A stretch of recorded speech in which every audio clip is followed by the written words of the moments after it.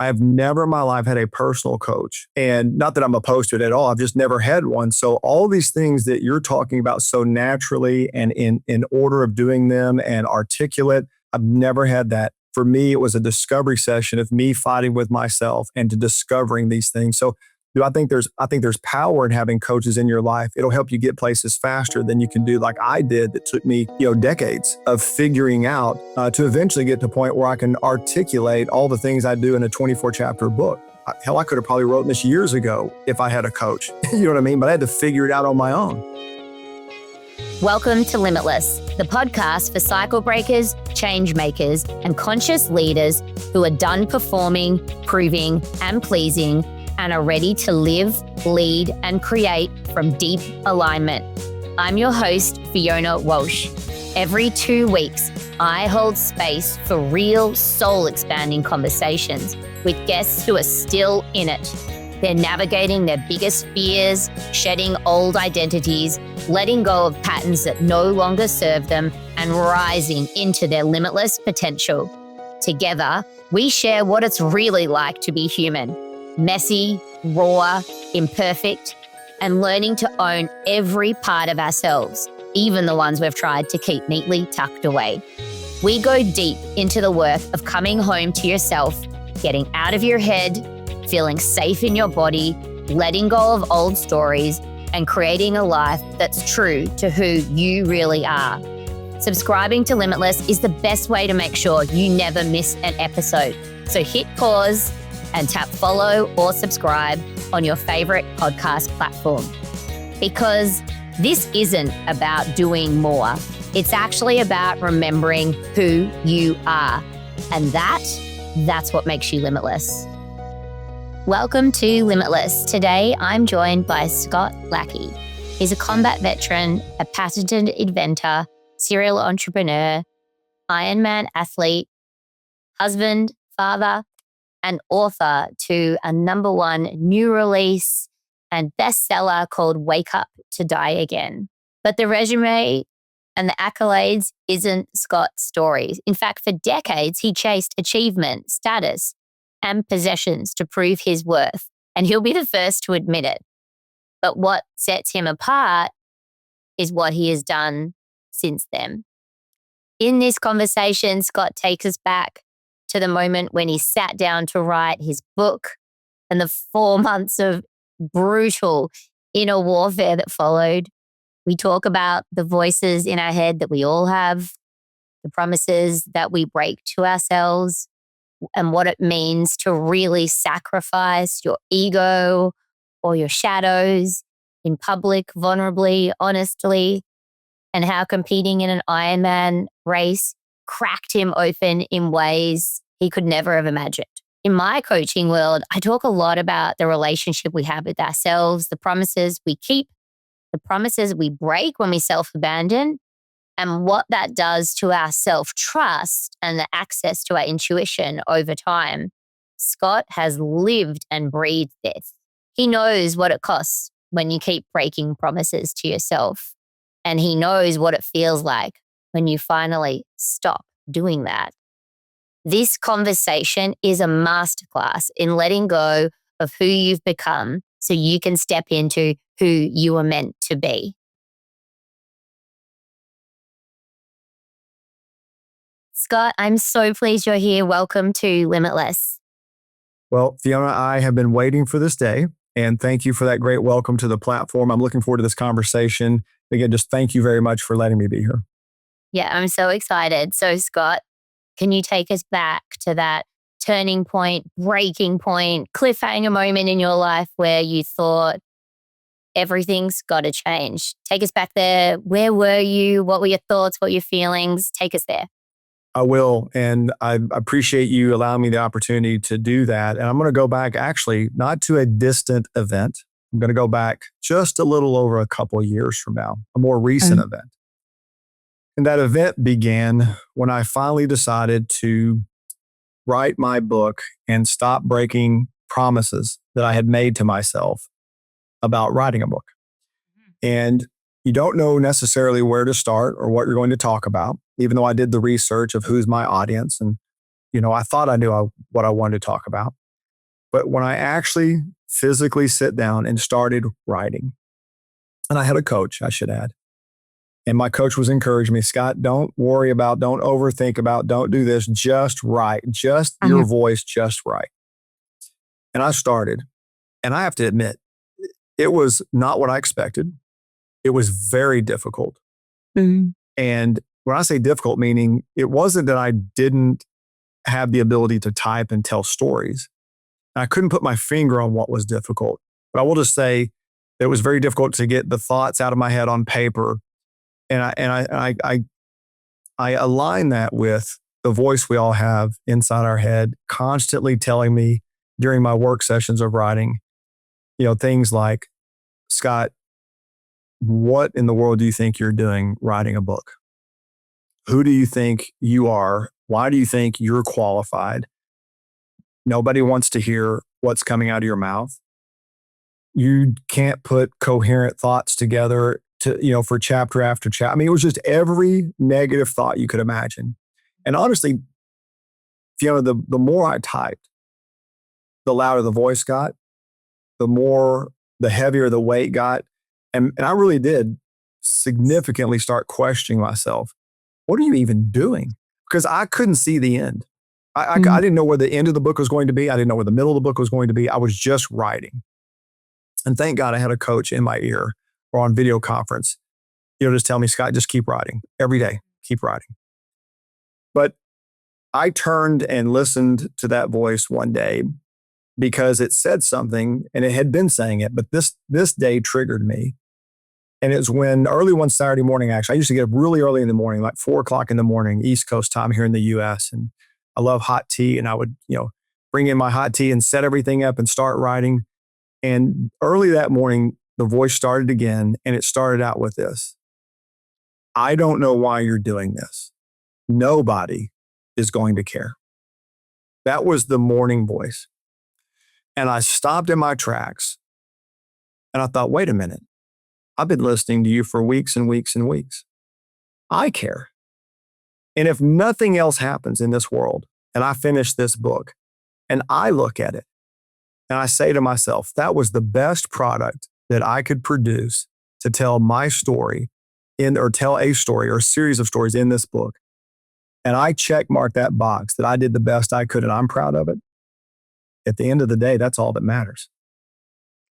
And when I took responsibility or acceptance of that thought, that literally, not figuratively, literally, a wellspring of peace came over me.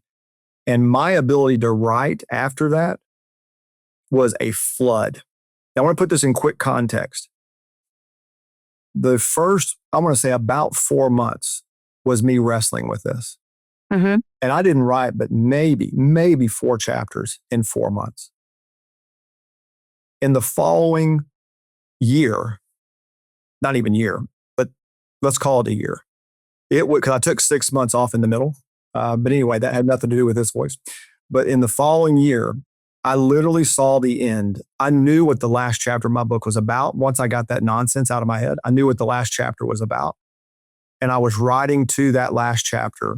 And that was an amazing experience. And so I tell that story because writing a book is the equivalent of doing an Ironman. I've done those, 140.6 mile races. It's pick your big, hairy, ugly, scary goal, whatever it is in your life. And we're all going to go through that. And the big thing that came out after I had that revelation of I care, the very next question was, Scott, what are you going to sacrifice to write this book? Okay, fine. If that's what your answer is to yourself, you care. Can't argue that. But what are you going to sacrifice? Who else is going to care if you care?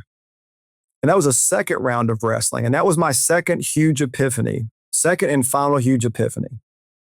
Because the answer was, in order to write a great book, in my opinion, that readers will care about, you have to write with vulnerability, transparency, authenticity, truth, lived experience, that nobody wants to hear you tell somebody else's story.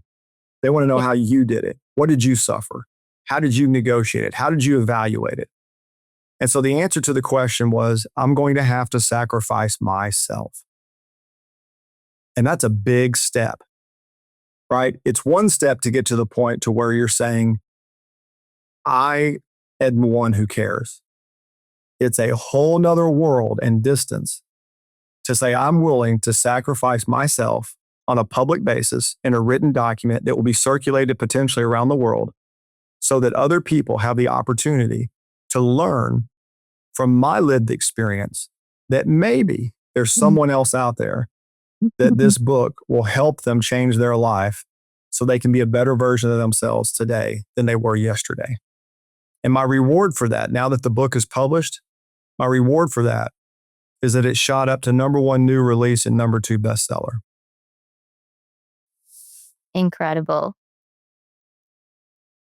I have quite a few angles that I could take with you here.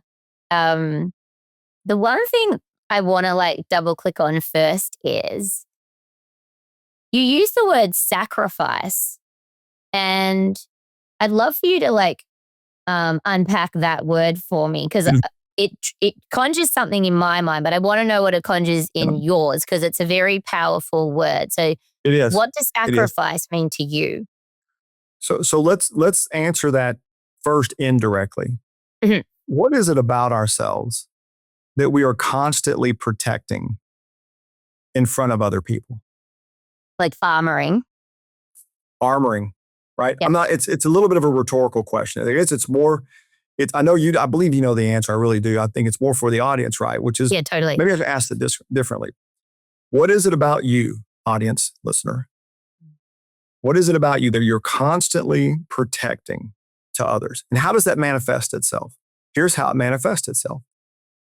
And I've done every single one of these, and I talk about them in the book. So I'm gonna come through the back door of answering sacrifice. Okay?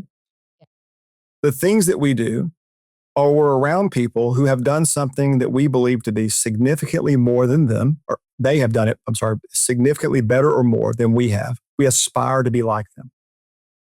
And so we tell little lies so that they feel like we're in their category. Or maybe they're big lies, right? Places we travel, things we've done, medals we've won. We lie to make them think we're important. How about this one? When we do those things, what is it within us that is so empty that required us to tell somebody a lie to make them think that you're okay versus the other way around? There are things that all of us only say to ourselves and never reveal to a spouse, a friend, a neighbor, a colleague, a stranger. We keep those things deeply, deeply buried inside us about what we really think about ourselves and our strengths and our weaknesses and who we really are. We hide that. We hide it behind sometimes fancy cars. We hide it behind possessions. We hide it behind trips. I mean, it's all over social media. My gosh, if social media were true, what a world we live in. Okay. Well, it's just a projection. It's just a projection, right? But it's a projection hiding something that's unfulfilled. So now, if all of that we know to be true, okay, then let's get to the word sacrifice. In order for me to write a truthful, right, an honest, compelling, vulnerable, transparent book, I had to be willing to sacrifice all of those things in a public format, in a written way, the things that I wouldn't talk about to anybody else prior to my life. I had to be willing to do that. That's called sacrificing yourself, sacrificing your ego. As a matter of fact, this is in fact, there are going to be people who know me that read this book, and it is going to destroy what they thought about me. 100%. And I love that. 100%. I love that. Yeah. And you know why I love it? Because especially even my family. What I mean by that is that many of the stories I tell in the book, they only know bits and pieces of. Dad protected them from it for a long time, right? Mm-hmm. Yeah. So if I'm going to just say two last things here, I promise I'll be brief. Yeah. If I'm teaching my son and daughter that I'm invincible and I've got it all together and I've got all the answers, what a horrible life I've tried to train them on. Well, you've just set such unattainable expectations for them. Yeah. Yeah. And to the audience, to the listeners, if I write a book that makes me to be the hero who comes out and somehow I found my way to the other side magically and I'm all this and you too can have it. What a shame. What a wasted 24 chapters to lie to our fellow human beings on this planet that's the way it all works out, because it doesn't. That's not real life. That's just not real life. And that's the stuff that I just cannot stand. I'm not going to say who, but I was invited for a fee to be on a new show coming out on television. And I'm going to, it's not a, what's the word? A reality TV show. It's a new brand of show. Anyway, there's not a snowball's chance, and you know where, that I'm going to do that because of what they represent, which is you want to be a billionaire, you want to have a yacht, you want to fly in helicopters. That's what you cannot get me close to that. So anyway, all of that roundabout way goes back into, what does sacrifice look like? It's not pretty. Okay. That's what sacrifice looks at. I'm turning it inside, and it's an internal sacrifice. Yeah. But it also has an external component. And again, I do talk about this in depth in the book, where I sacrifice some of my possessions that I have in my life because I was going to break myself, literally break myself of this attachment that I had for possessions, because I did. Interesting. Okay. I know you didn't expect that answer, because most people don't talk about sacrificial things like that. We believe that accumulation, right? The word accumulation is the route, and what I talk about is subtraction is the route. Yeah, I mean, I didn't know how you were going to respond. I guess I was brought up Catholic, so the word sacrifice has quite a visual component to it, and it's a very powerful word. And for me, facing your ego, facing your fears, facing your shadows is the work. You don't become limitless until you do that. But I would never see it as, I personally wouldn't see it as sacrifice. Yeah. Yeah. So that was why I was very curious to double click on that word. So I really appreciate your perspective and how you view it, because everyone's got their own way of doing this. So they do. And I'm glad you told me that, though, because as a person of faith, okay, I actually understand deeply what the word sacrifice means from a faith perspective. Right. And there is that side of it, which I didn't address. Right. But even I do in the book in detail, talking about what does sacrificial love mean, right? I talk about the fruits of the Spirit, and in order to have love, joy, peace, patience, kindness, gentleness, in order to have those things, the sacrifice that we have to go through to actually have those things. It's like saying, I want to pursue happiness. Well, good luck with that. You'll never find it if you pursue it. It's in the place you never look for it. Yeah, 100%. So anyway, I appreciate that point you're making, because I don't want to lead people down a singular path that sacrifices giving up a possession. That's just a component, but I appreciate that clarification. Yeah. I'm really fascinated as well around, I know you were wrestling with your inner critic or your ego, sounds like, for 4 months. But then you had that moment where it all clicked. And I would say that's like an intuitive hit. This story around nobody cares. Can you trace that back to like little Scott? Oh, 100%. And in your childhood, you had that things happened, and little Scott was the belief, the core wound was like, nobody cares about me. Nobody cares. Yeah. Well, again, I wouldn't limit it to nobody cares. Well, I'm sure there's many, but like that, I wondered if you could trace it back. Yeah. No, the answer is for sure. But not from a family perspective. I grew up in just an absolutely wonderful, unconditionally loving family, and great sister. She's younger than I am. So my family in my childhood I've tried everything in my world, or everything in my life, to even let my kids be able to replicate as much as possible my childhood, because that's how wonderful my childhood was. But looking at specific events, they were always throughout my life, Matter of fact, the title of the book is going to help answer this. The title of the book is Wake Up to Die Again. Okay, cool. Okay, Wake Up to Die Again. So you wanted to trace back a wound, so to speak. Yeah.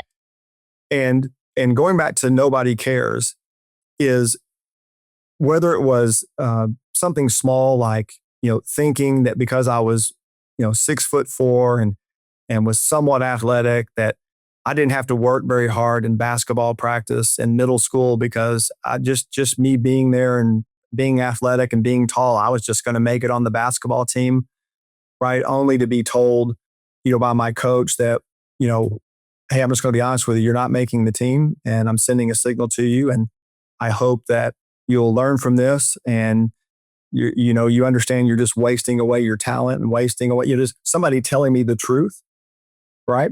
Because of my behavior. My reaction to those events, even as far back as middle school, were, misplaced. But wow, you don't care about what you just said. You did that intentionally, misplaced. Mm-hmm. Okay. Spoken in truth, but misplaced. Fast forward to high school. I write about this in my book. I was not a very good student, not from capabilities, but I wasn't a good student because I didn't care. I cared about basketball, and I cared about chasing the opposite sex and having parties on weekends. That's really all I cared about, not studying. Mm-hmm. In my senior year, I found another way to get out of school for the day was go jump on a bus and go to our local college and spend the day touring the college. And as I'm standing in line and I get to the teacher that hated me, and quite frankly, I hated her. And when I got there, she had her little clipboard and she looked at me and she says, "Where do you think you're going?" I said, "I'm going with everybody else to the college." "What do you mean?" Mm-hmm. She said, "You're not college material. Go back in the building." Oof.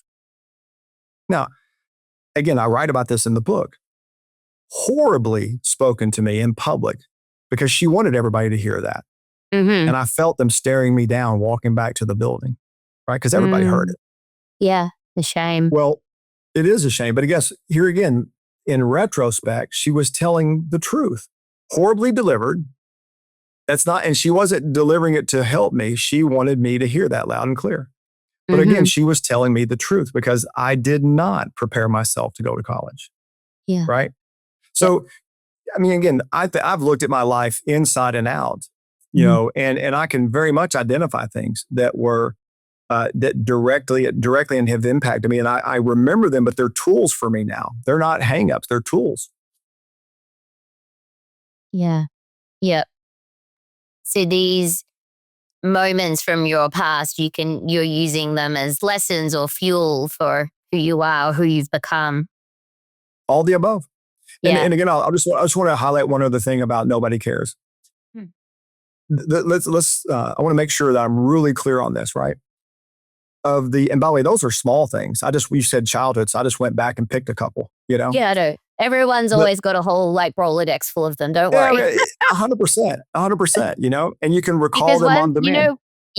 That once we have a belief about ourselves like that, because of our unconscious, we get validation of that belief the whole time through life. So that's why when I ask people like, "Oh, which memory do I share?" Because I've got about a billion. Yep. But again, when you get to the other side of yourself, I hope we agree on this, but I believe when you get to the other side of yourself, when I look back at these many Rolodex of memories, they don't have any control over me anymore. It's 0.0. Hell, I love talking about them now, Yeah. And so now when somebody says, "Scott, I hate your book." Okay. Yes. Or whatever. I don't know. I can't even think of anything, but I just don't get disappointed by other people's opinions. And it drives my son and daughter and wife crazy about, why doesn't this make you mad? I'm like, because I don't care anymore about that. I care about what I think and how I feel. Yes. Yeah, I'm fully aligned with you on that. But I would say I'm still human, so I still do get activated by some things. That kind of stuff does not bother me anymore. But what's something that's activated or triggered you recently? Yeah, great question. Somebody that I have known for 13 years, very personally. We even went on mission trips together, 2 mission trips together to Nicaragua. And I met with this person And I hadn't seen him in a long time because we'd relocated. But we had a friendship, deeply respected each other, and he's in a position of leadership, someone I respect and trust, very honorable person. Mm-hmm. And when I was visiting with him, we were sitting down. He was having a cup of coffee. I was having a cup of tea. We were just reminiscing and catching up. And days gone by, and he was doing something that was important in his life. And I was, I had a beta version of my book, and I wanted him to read it because I was going to respect whatever feedback he gave me. And he excited to read it, and maybe even made the comment, "Man, Scott, it's exciting that, because we're like a year or two apart in age." And he said, it's interesting that here we are at this point in our life, and now we're old enough that we have something we want to share.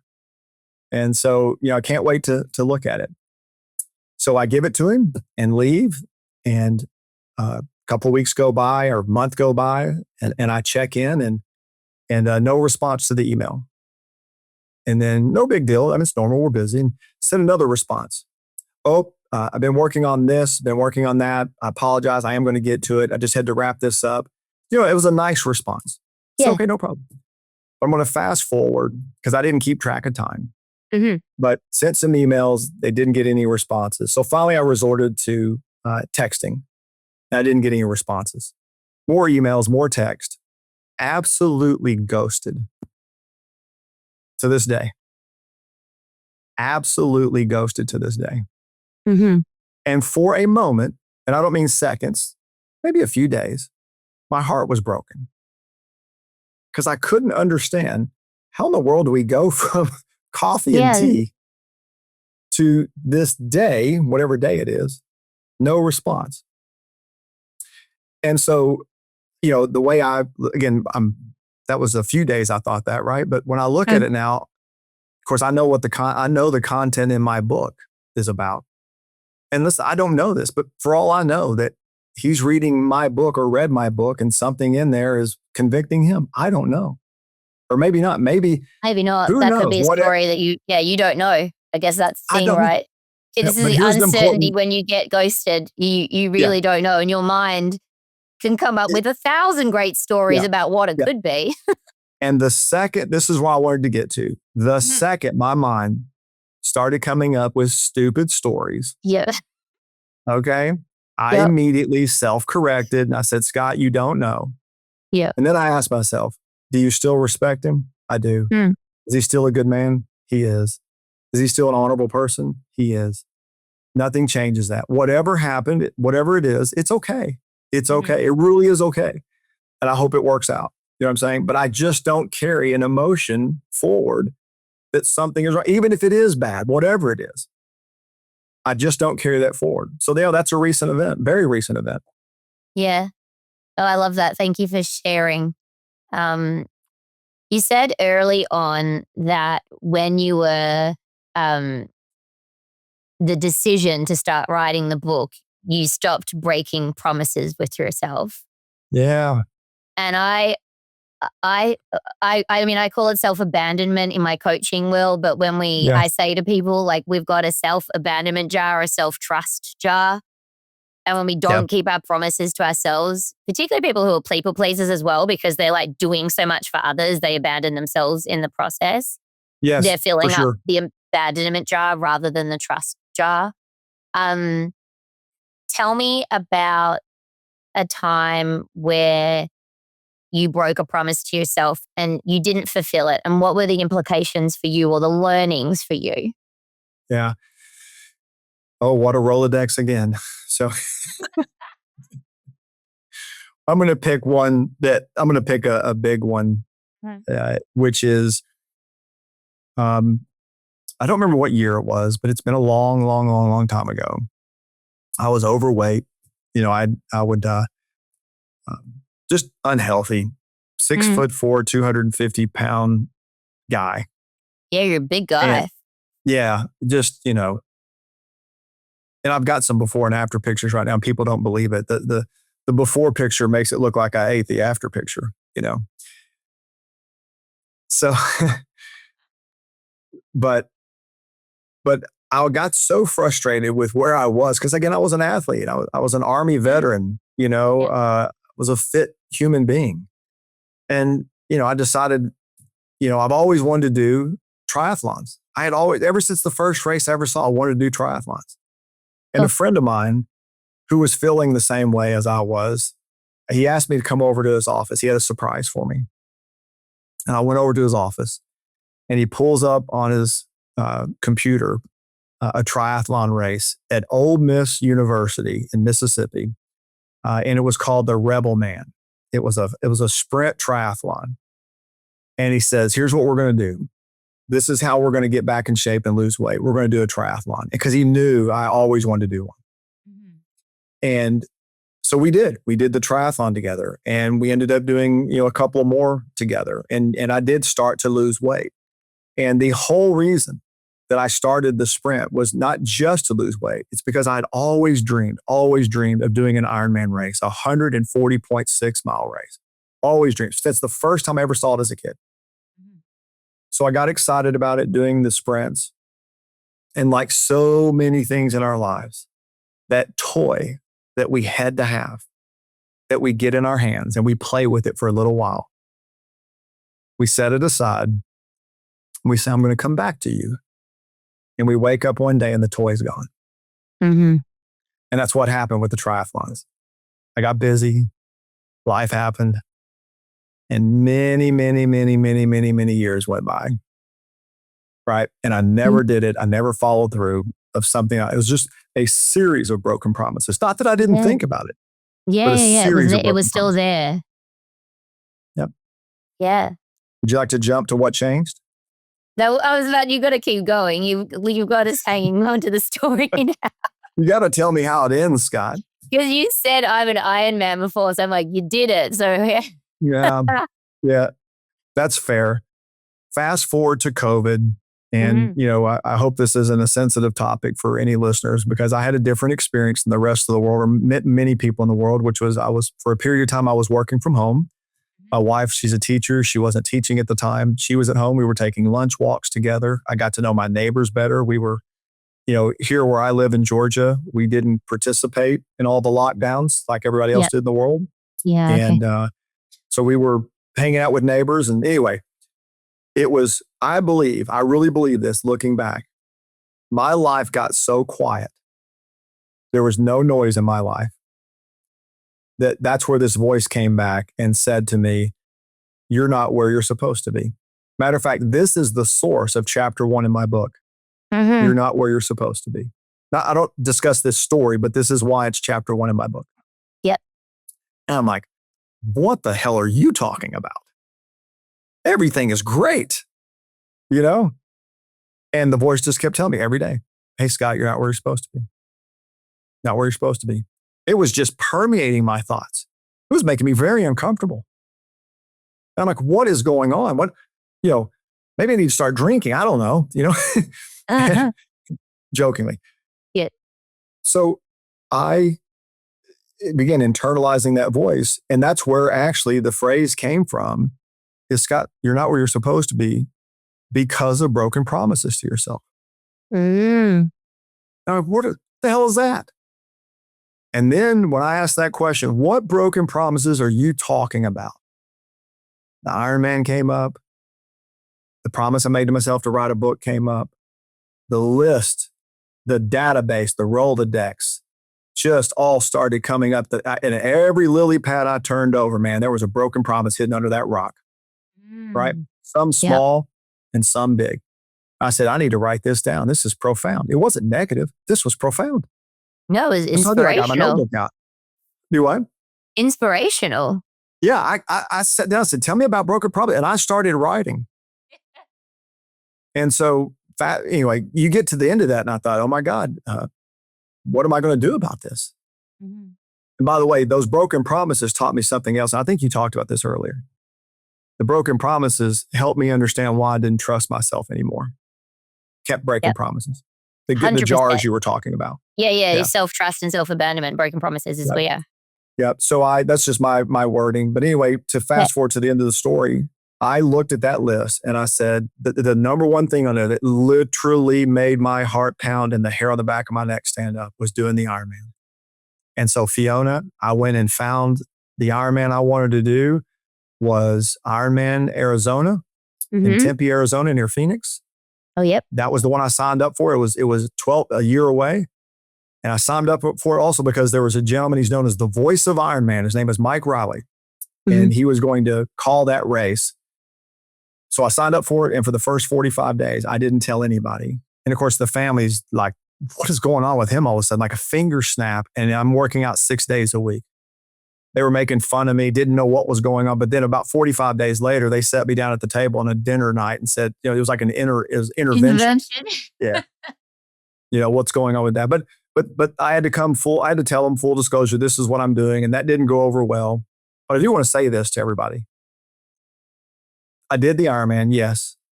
It literally changed who I am as a human being. I can never go back to that person I was before, ever. Can I go back? But that person I just told you, the voice of Ironman, Mike Riley. Yep. He and I actually, years later, connected with each other, built a relationship with the other. He was one of my beta readers. And he loved my book so much, he promotes it now for people to read. And he wrote the foreword to my book, Wake Up to Die Again. Wow. I'm not surprised at all that it changed who you are, because you would have rewired your brain, new neural pathways. And and just like your self-trust jar was overflowing. And then I feel like it's just this it's the shift between like limited and limitless. So you self-abandonment, self-trust. That's the beauty of your podcast. This is what it's all about. But you don't realize you've got 2 jars, because most people are spending a lot of time putting coins in their self-abandonment jar, and it's not intentional. No. It's just that we're on autopilot, and it's just how we're living life. So I love. And I hope the listeners hear this from me. Please don't hear the finish line story and go, I could never do that. Please don't let me coach that to you. That's so not true. I'm you. I'm you. I'm the empty jar. Yeah. Okay.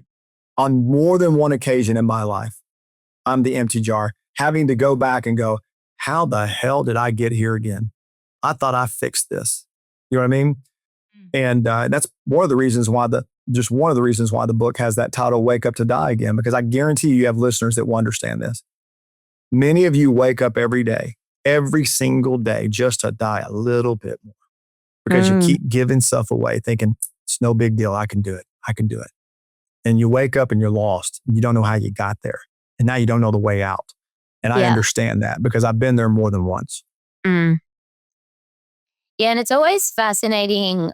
I always encourage people to, when they have set themselves something that they want to do, intention, a goal, that when you falter or where you get a bit, I use the term wobbly, it's really important to tune into the stories that come online then, because they're the stories that shape who you're being, your identity. And so for me, about 15 months ago, my thing that I had been not committing to was becoming stronger in my body. So I'd done so much work on my mindset, my intuition, my emotional intelligence, my emotional well-being. All of those were fine-tuned, and I needed them for my coaching. So, because I need to hold huge space for people because I hold trauma.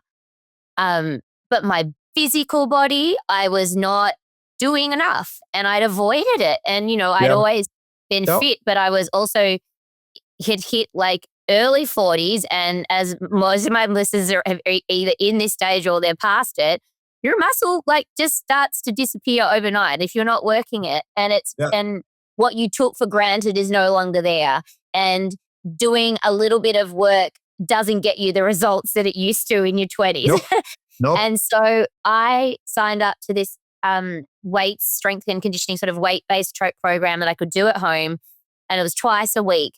And, the first month, twice a week, bam, bam, bam, but then starts to wobble. And I missed a session, and the story around oh, that's okay. You get to this stage in most things and you've done really well, and now it falls over. This is what we do. This is who you are. It's the vicious cycle. Stories. And then I was like, no, I'm not. I missed yesterday. I'm just going to do it tomorrow. Yeah. And that hearing that story and saying, no, that's not what we're doing anymore. Yeah. And I did the session and the self-trust jar went ding.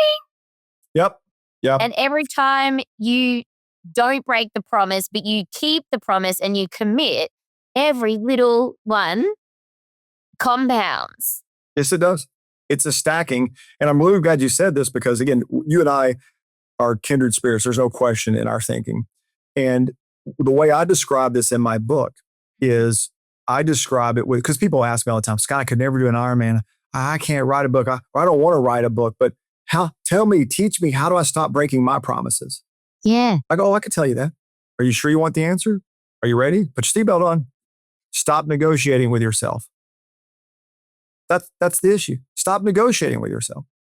When you wake up in the morning, if you said you're going to get up at 5 o'clock in the morning and go walk around the neighborhood, and when you wake up out of that warm bed, you hear the wind blowing and it's a little cooler than you expected, and that voice says, you can do it in the afternoon. You've been doing so good. Just stay in bed. It's going to be fine. Get up, put your shoes on and get your walk in and stop negotiating with yourself. It just leads to broken promises. This gets me fired up. And when I'm on the stage speaking to people and this topic comes up, I go down this mantra because you want to talk about instantaneous correction from Scott Lackey in my life. What is my day like? And it frustrates my family because they know if I have committed to doing something, you better burn the house down or I'm going to be there. Right? That's how committed I am to doing that. And by the way, does that mean I'm perfect? Hell no. I absolutely make mistakes. But guess what? When I make mistakes, instead of doing what I used to do, which is to beat myself up mercilessly, when I make mistakes, now I'll look at that and go, you know what? I'm going to extend some grace. I'm going to forgive myself. I'm going to learn from that. I'm going to figure out what was it that made me trip up today. And we're going to put it behind. Let's go back to work. Get back to work. That's what it means to not negotiate with yourself. Sorry to go off on that tangent, but I'm really passionate about not negotiating with ourselves. Yeah, no, this is fascinating because I coach, one of my coaching clients is a global executive, but also an Ironman and double digit Ironman. And so fully committed. And I asked this exact question in coaching this week because I'm so fascinated by what makes people tick and show up. And I said, because I know me, if I don't exercise first thing in the morning because I do meditation now and that's my priority. But I used to do that the night before. I'd be like, oh, feeling pretty tired. Like, I don't know if I'll get up. Oh, no, I will. I'll set my alarm. And then I set my alarm and say the kids woke up 2 times during the night. Or I just didn't sleep well. You get there and you're like, oh no, there's no way I can get up. I'm way too tired to work out. Terrible. And so I said to my client, who often gets up at 3 or 4 in the morning, because that's the only time to fit the training in when you've got a corporate role. I was like, do you ever think, what happens? What do you do? And he was like, my alarm goes off and I get up and I get dressed and I go. And there's no time, as you say, for this self-negotiating. Because I was like, and it was like, when it's so simple, because I was like, of course, because no one's going to wake up at 3 a.m. and be like, oh, I feel amazing. I've had the best night's sleep. No, you would always feel exhausted or not refreshed at 3 a.m. You know what I mean? So I was like, I love hearing someone so clearly say, I just get up because it doesn't really matter how tired I feel. I committed that I was getting up at 3 and I go. Just go. Also, we only have 2 voices in our head. That's it. Yes. We have 2. Yeah. Okay. 2 only one of them can rule your life. Yeah. Pick. It just gets me fired up. Pick who's in charge. Yeah. And guess what? I'll tell you how successful you're going to be by the one you pick. Totally. It's a guarantee. Guaranteed. And so I want to say this too. Scott, are you trying to convince us that when you get up and that voice tells you to stay in bed, that 5-10 minutes go by and the voice just shuts up? Oh, no. No. That voice sometimes will beat me into a pulp until I finish the workout. And then the voice is gone. And I sit there in peace, sweating, walking, whatever it is that I've just done, getting out of the pool. Yep. And I tell a story about this, 2 of them actually, in my book in great detail. I actually took and copied and pasted from my journal verbatim how I negotiated with how I listened to this voice for an endless period of time during a workout, because I captured it after the workout. But the answer is no matter what the voice told me, I just kept saying, you're not in charge. And we're doing the workout. That's just the truth. Yeah. You're not in charge. We're doing the workout. And it didn't stop. It just kept gnawing and picking and gnawing and picking. But again, eventually I hit the stop button on my watch because I did the workout my coach prescribed for me, whether it was a 4-hour bike ride, a 5-mile run, it just didn't matter. I did the workout. And then I smiled like I won the lottery all the way back to the house going, not today. Maybe tomorrow, but not today, Yeah, and I think one of the things that I encourage people to do when we're in the early stages of my coaching containers, because it's called reveal is the first stage. So we get to know the voices in our head, because you say there's 2 voices, but if this is your limited crew, my leadership coach years ago used to call it my itty bitty shitty committee. Because it's all your critics, right? If you give them the mic, they'll pass the mic around all day long, 24/7. Like, that's just... What was the movie made about the voices in your head? The kids Inside Out or something. They did a wonderful job. I get exactly, Best movie. I mean, it was made for kids. All adults should also watch it, but it's actually a great movie to walk through with kids, because they now have construct around what is genuinely going on in their head. And the earlier you can learn it, the better. Because I'm coaching this with people in their midlife, but my kids get it now. Like my son, when he gets like grumpy and he's nitpicking at everything, I'll be like, "Oh, Oscar the Grouch is here. Let's tell Oscar to get back in his bin." Yeah, get back in the can, Oscar. Because if you do Oscar. it with some humor and stuff, because you can talk to your parts. This is what I was about to say. Yeah. Like, one thing I always encourage people is not like, don't be like, go away, you just force it away, because what happens when we push? It's going to push back. It's going to get louder. Just meet it where it is, and even with some humor, like, "Oh, you're here. Hi. Knew you'd show up." Of course, I didn't want to get up and work out at 5:25 in the morning. Yeah. I'm curious, do you recommend or believe in, or do you recommend to your clients to journal about what is being communicated to them? Yeah, I do. Initially, because I'm trying to just get them to tune in, so that instead of it being this monologue that's just going on constantly, they start to have a grasp over, I have some autonomy over these voices. And so, writing down what they're hearing. And I always say this, like, voices in your head is not like you've got split personalities, or, you know what I mean? You're completely normal. You're a human. You have voices in your head. That's it. But it's more about tuning into them and getting to know them. And I use more like the befriending them, because once you come on the same page and you've connected with them, then you've got choice. Yeah. Man, I love to hear you say this, because honestly, you're one of a few that I've met. I know there have to be many, but you're one of a few that I met that encourage people to journal about this. Truthfully, I forgot what the word that you used, but it was along the lines of, and I write about this in the book, about this was a big breakthrough for me just in my life, is when I decided to start journaling. And I used journaling just as a tool to get a hold of my thoughts, because they're so fleeting that it takes writing them down to get the long form story out for me. I just can't be as critical a thinker about some of these things without writing them down, because I can look back at what I wrote down, you know what I mean, that maybe I didn't necessarily remember. But anyway, the breakthrough for me was when, earlier in my life, when I was like, I think you and I need to have a family meeting.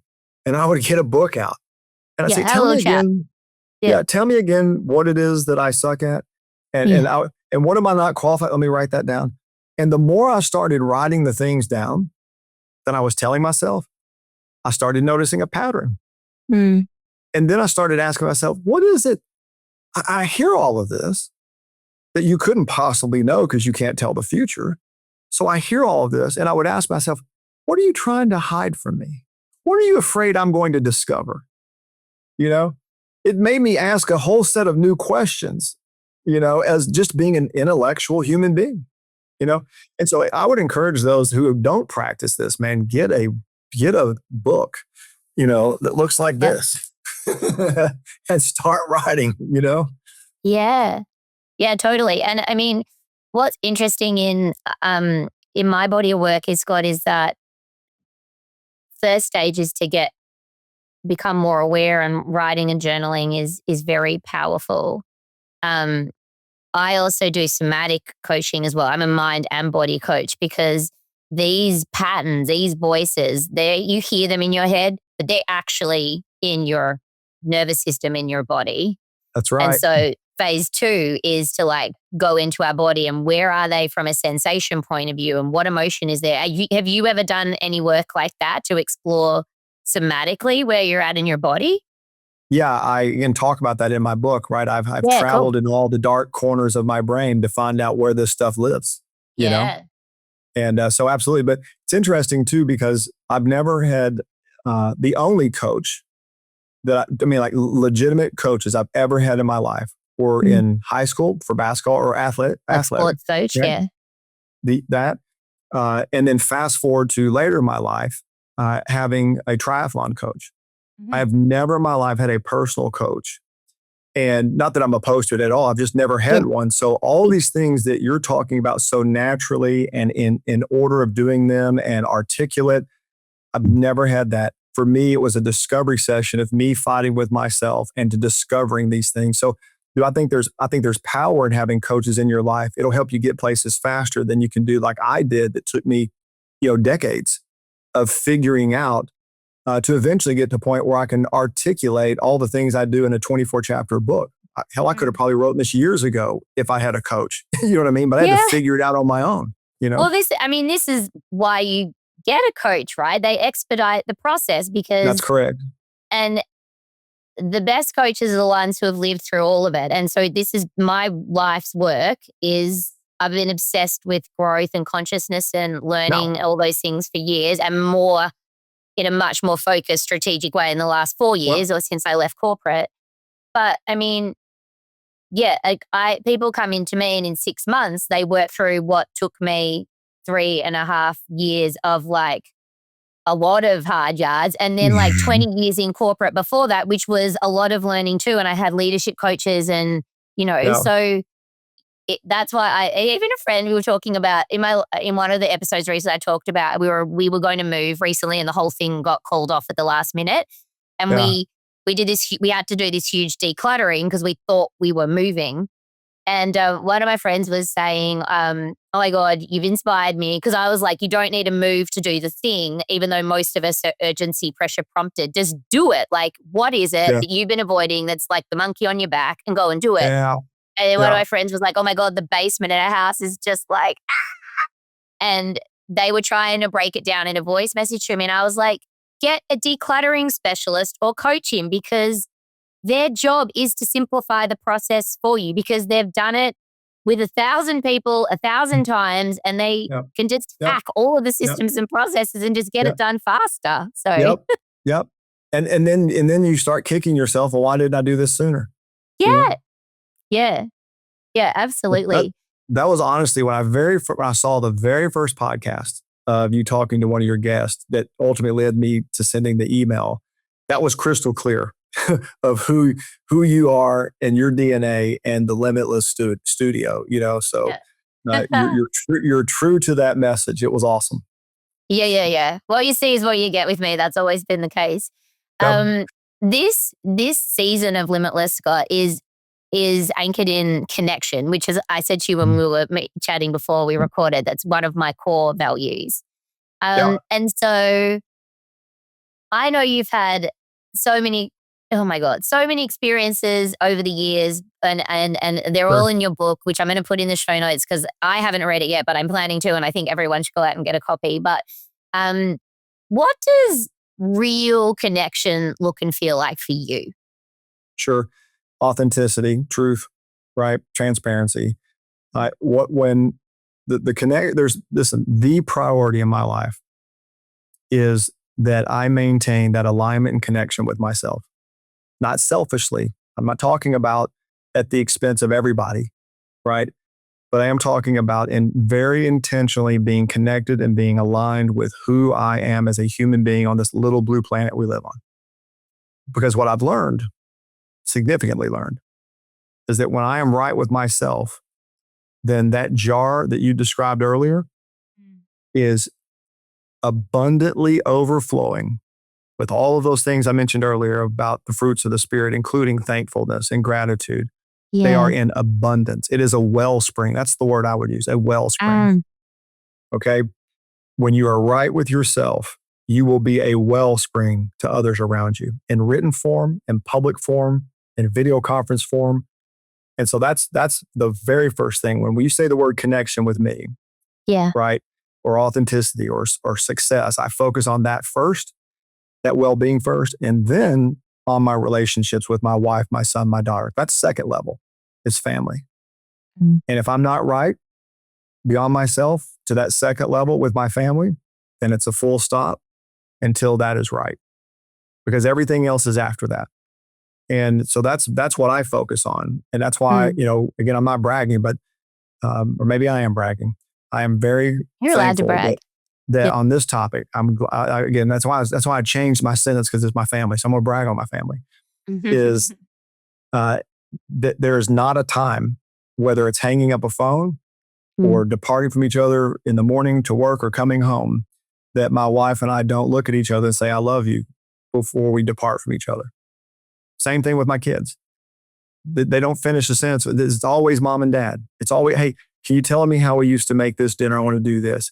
That's how tight the family has become. And I'm not saying it's because of me. I'm simply saying I'm a contributor to that, right? Because I'm in alignment. Yeah. And I agree with you like wholeheartedly. Like the relationship you have with yourself and the level of honesty and vulnerability and intimacy that you can have with yourself, that's where it starts. And then from there, it's just, it can't, the ripple effect is real. I do believe it comes from you, like who you're choosing to be in the world, and all the things that you just said, that 100% brings into reality a shift in your relationship with your wife or a different conversation with one of your kids. Or your neighbor. I wholeheartedly believe that we do create our own reality. And so I love your answer to that, because it's just so true. And if it's triggering for people, I get that. And I would have been triggered a few years ago as well. But it really does speak to the truth behind why this inner work is the work, and it's where you should be focused and not so much on your external goals, because the deeper the connection with yourself, the more success you will have externally. And it is as simple as that. That's it. That's it. And I'm really glad you said this, because if somebody's listening that is struggling understanding what we're talking about, if I could give this example, it's not an accusation, just a measurement principle that I'd encourage people to think about, is the condition of your heart. I can tell the condition of your heart by the words that are coming out of your mouth. Ooh, that's powerful. Just think about that. The condition of your heart is measured by the words coming out of your mouth. And if they're hateful and spiteful and disrespectful and rude, right? If it's anywhere along those lines, may I ask you please to just do a self-examination, because when you fix that, whatever that is, when you fix that, the wellspring that comes behind it is what it means when they say love fixes all things. Love cures all things, right? Peace and joy, happiness, all of that comes from that wellspring, the condition of the heart. So, yeah. And can I offer a somatic technique, which is really powerful? Because most people teach me. in this day and age are in survival mode majority of the time, which means our mind is running the show and our heart is not connected and we're not tuned into our heart.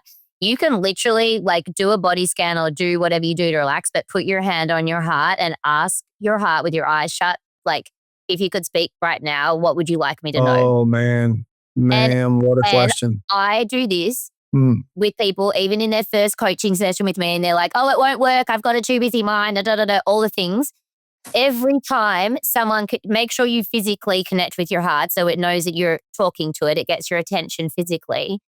Everyone's heart has an answer. And it is every time. I mean, I've got goosebumps saying this out loud. Every time people are like, oh, where did that come from? And I'm like, our heart is the biggest force in our body. It's our power center. And it has so much wisdom and it has so much love and it just wants to be heard. And we unfortunately spend so much time listening to the voice in our head, the critical one. And the true voice is the one that is when you ask your heart and listen, it will tell you the truth every single time. Yeah.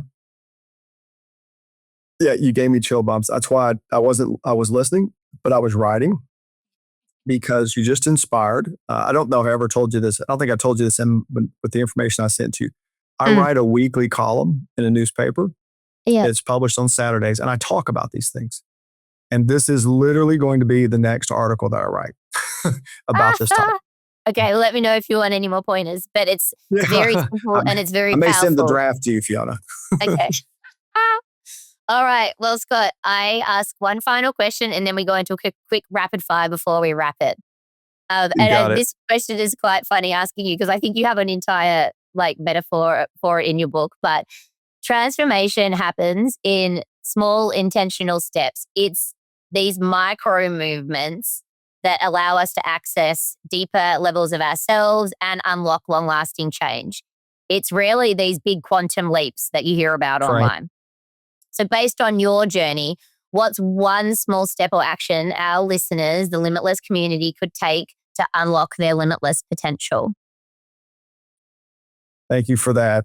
And the answer is a single word, is subtraction. This is your micro step.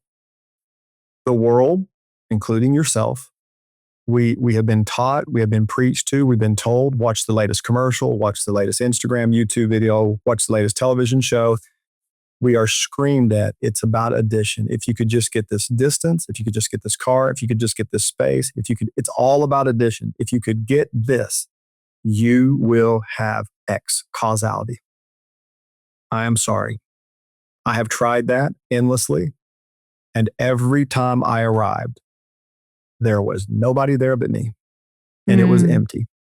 Yep. And so the answer that I would give you is not addition. The answer I would challenge you to think about is practicing subtraction, removing things from your life, removing the noise. That would be my answer. Yep. Love it. Yeah. I mean, I believe in that, like tuning into the voices, and we actually need to release and let go and create space in our mind, in our bodies, in our field before we can start to call in what we truly want. So that the subtraction part or releasing really does have to come first. Otherwise it's just noise. Beautiful. Can I make one quick statement? statement? Yeah, and then it's rapid fire. Yeah, that's right. It's a business statement if there's a business, person listening. But in my previous life, a vendor was telling me that basically they didn't think, that the trade show booth was going to make it to the trade show in time. And, it was a little bit of an adversarial relationship, but it wasn't going to make it there on time. And kind of what are you going to do about it? And I just smiled when they said that to me. And I said, you just explained everything I ever needed to know about you.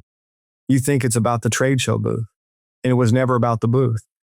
If the booth doesn't show up and I'm standing on a piece of concrete in a 10 by 10 or 10 by 20 booth with just the human beings that built the company and got us there, that's all it was about. That's all it was ever about. It was about the people, not the booth, not you, not any of this. So the fact that you think that, you just don't know who you're talking to, Yeah. And it was a sad turn of events because he thought it was about a possession, a thing, and it was never about that, whether the booth came or not. It was about the people standing in there. We made the booth. Anyway, you just Beautiful. reminded me of that. I love that. All right, Scott, what's a misconception people often have about you? Oh, I have it all together. Got to figure it out. I'm sure you do. What's a part of yourself that you used to hide, and this might have been years ago, but you now lead with? Yeah, that's an easy one too. I used to hide how important possessions were to me. I needed things to affirm who I was to the world. To try and make yourself feel bigger, better, successful. Not only feel it, it was important to me to convince other people that what I was promoting was true. I needed them to believe it. And I wanted to use possessions to do that, things. It was for me and for them. Yeah. Interesting. And what's your superpower? Wow. Nobody's ever going to guess this one, because I don't care. That's my superpower. Is that if something were to happen and I have to go dig ditches the rest of my life, I'm okay. If that's where I'm supposed to be, I'm good with that. And I don't mean I don't care in a negative way. I deeply love, I deeply care about, but I care about the right things. I don't care about possessions, where I'm going, how I get there. It's just not. And so that needle doesn't exist anymore. I killed that person, figuratively speaking. You know what I mean? I'm happy exactly where I am. I'm thankful where I am. I have gratitude where I am. I appreciate where I am. And I'm not perfect at it, but I just don't care about the same stuff the world does anymore. Yeah. And that's freedom. It is absolute freedom. Yep. Absolute freedom. Yeah. It is absolute freedom. That's where the wellspring comes from. And that's why I hope that, I'm not changing the subject, but that's the wellspring of hope that I have in the 24 chapters of my book, Wake Up to Die Again, is that it's a beautiful thing to wake up every day, to discard the things that no longer serve you so you can be a better version of yourself today than tomorrow. That's a beautiful thing. It's a peaceful thing. Yeah. When you hear the word limitless, Scott, what are 3 words or feelings that are evoked in you? Resilience, discipline, and forgiveness. Oh, beautiful. And last question is, if you're having a bit of a down day, your vibration's a bit low, what's your favorite song that you like to put on to lift your mood? What if I tell you the artist's name and you tell me if you can guess the song? Oh God, here we go. Everybody knows the artist. His name is Eminem. Oh, Lose Yourself? Yeah, Till I Collapse. Yep. It's Till I Collapse. Yeah, is that the Lose Yourself song? Is it called Till I Collapse? Yeah. That song is so powerful, and like music's a real portal for me, and so that just takes me back. I think I was probably like 2021 when that came out, and it was and I was like a bit ragey at that time. I was just graduating university, and I was leaving Australia to go travel Europe and do my thing and become who I wanted to be. And that was my like rage song. So I love that so much. Yep. No, I'm glad that's kindred spirit there. You know, there was I like to say, that earlier in my life, I really went out into the world because I wanted to change the world. But as I've gotten older, I've learned that the thing that I need to change most is myself. So. And then you'll change the world just by being you. I love that. Ma'am. Well, Scott, this has been such an incredible, heart-opening conversation. I am just super grateful that you reached out and that you're able to come on and share your wisdom and your stories and all your experiences with the Limitless community today. Again, the feeling is mutual. And I appreciate the questions that you ask for your audience because you know them better than I do. And honestly, my greatest hope is not that they buy the book, right? My greatest hope is that what we talked about today maybe stirred something in them that will help them be a better version of themselves, because we all win when that happens. 100%. Thanks, Scott. Thank you, Fiona. Thank you for tuning in to Limitless. If you enjoyed today's episode and love hearing the stories of courageous cycle breakers, I'd be grateful if you could leave a review on Apple Podcasts or Spotify. Your feedback not only helps others discover the show, but it also amplifies our mission to unlock emotional freedom and true potential. Every review makes a difference in helping more people embrace their limitless life.